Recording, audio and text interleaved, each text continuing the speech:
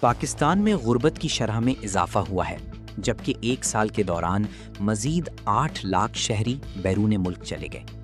وزیر خزانہ محمد اورنگزیب نے قومی اسمبلی میں اقتصادی سروے پیش کیا، جس کے مطابق ملک میں غربت کی شرح 28.9% تک جا پہنچی ہے، جبکہ گزشتہ مالی سال کے دوران روزگار کی تلاش میں 8 لاکھ پاکستانیوں نے بیرون ملک کا رخ کیا۔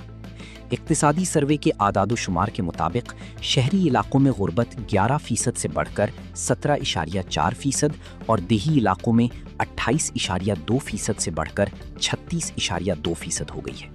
اسی طرح قومی سطح پر تعلیم کی شرح 63% ریکارڈ کی گئی ہے، جو ملک میں خواندگی کے شعبے میں جاری پیش رفت کی عکاسی کرتی ہے۔ صوبائی سطح پر بلوچستان 47% شرح کے ساتھ ملک کا سب سے غریب صوبہ قرار پایا ہے۔ خیبر پختونخوا 35.3% کے ساتھ دوسرے، سندھ 32.6% کے ساتھ تیسرے اور پنجاب 23.3% کے ساتھ چوتھے نمبر پر رہا ہے۔ تجزیہ کاروں کا کہنا ہے کہ غربت کے ان حکومتی اعداد و شمار نے ملکی معیشت اور حکومتی دعووں پر سوالات اٹھا دیے ہیں۔ علاوہ ازیں روزگار کے حصول کے لیے بیرون ملک جانے والے 8 لاکھ پاکستانیوں میں سے 5,30,000 افراد نے سعودی عرب کا انتخاب کیا ہے۔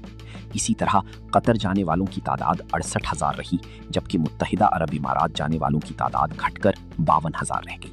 برطانیہ اور عمان جانے والوں کی تعداد میں بھی نمایاں کمی دیکھی گئی۔